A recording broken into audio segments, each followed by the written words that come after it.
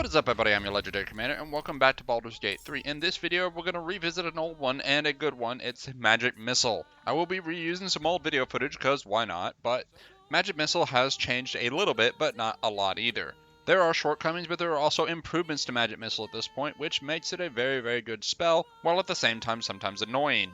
The primary good news about Magic Missile is it is just damage, and that's pretty much it. It is just damage, unless the enemy can cast the shield spell. That or the rarity of being immune to force damage, which might I add is a rarity as force damage is the least resisted damage type in all of D&D and Baldur's Gate. So aside from damage, what is Magic Missile good for? Magic Missile has always been a good finisher spell. When you know the enemy's health, you can go, I want to put one Magic Missile in you, one in you, and one in you.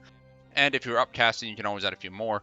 But you could kill maybe 3 targets with a level 1 spell, removing them from the action economy, and now you're not about to get hit by one of those guys, maybe about to take his turn.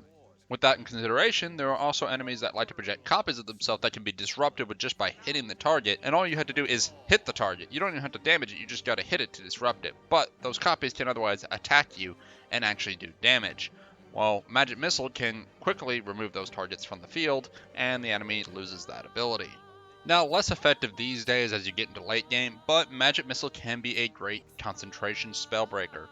Let's just say an enemy casts Bless on its allies, well, you can go ahead and hit that enemy with Magic Missile, guaranteeing the damage, doing multiple saves because each one of those hits will make it make a save. In the higher levels, this is less effective as the enemies have better saving throws, but at low level, most creatures, when they make a saving throw, don't have much for save, and therefore the damage is either 10 or half the damage, whichever is greater. So having to make a 10 4 or 5 times isn't that easy at low level. Another great thing about Magic Missile is it is not affected by mirror image.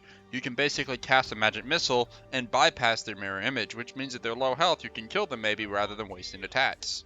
That way your allies could run up and hit the pure target. Now, one final downfall of Magic Missile is basically some people's armor.